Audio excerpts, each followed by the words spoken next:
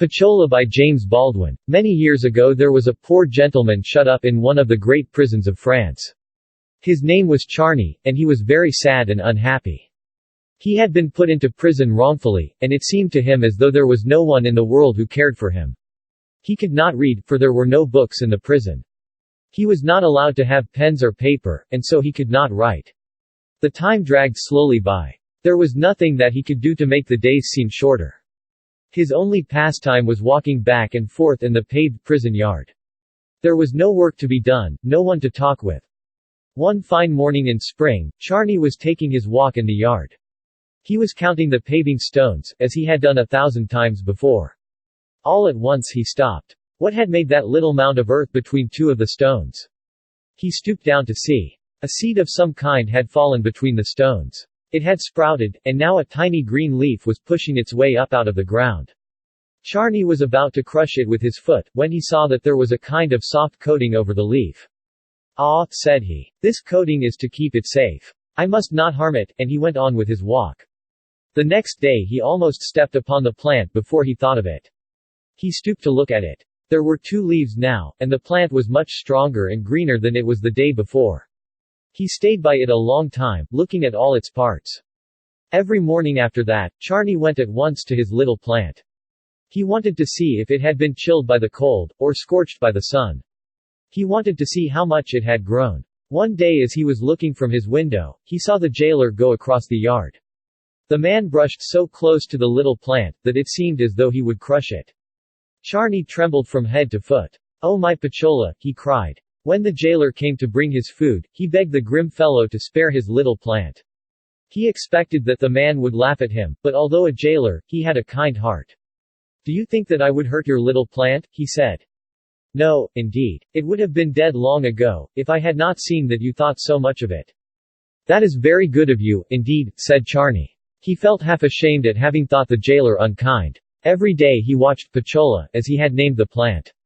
Every day it grew larger and more beautiful. But once it was almost broken by the huge feet of the jailer's dog.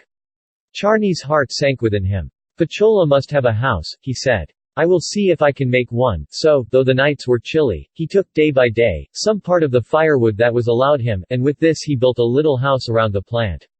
The plant had 1,000 pretty ways which he noticed. He saw how it always bent a little toward the sun, he saw how the flowers folded their petals before a storm. He had never thought of such things before, and yet he had often seen whole gardens of flowers in bloom.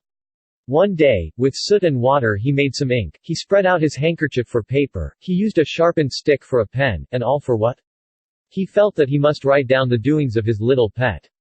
He spent all his time with the plant. "See my lord and my lady," the jailer would say when he saw them.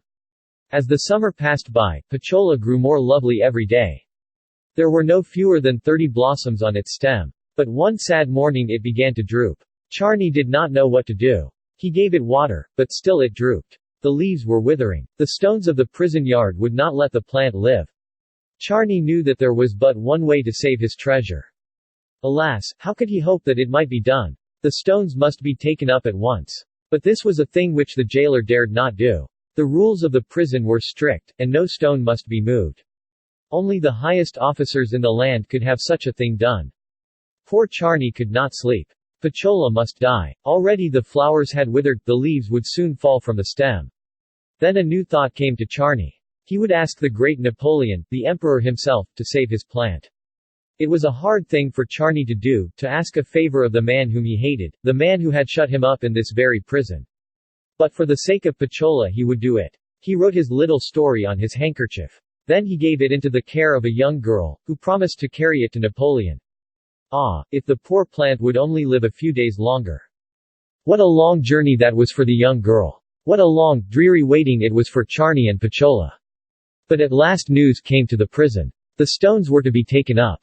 Picciola was saved. The emperor's kind wife had heard the story of Charny's care for the plant. She saw the handkerchief on which he had written of its pretty ways. "Surely," she said, "it can do us no good to keep such a man in prison," and so, at last, Charny was set free. Of course he was no longer sad and unloving. He saw how God had cared for him and the little plant, and how kind and true are the hearts of even rough men. And he cherished Picciola as a dear, loved friend whom he could never forget.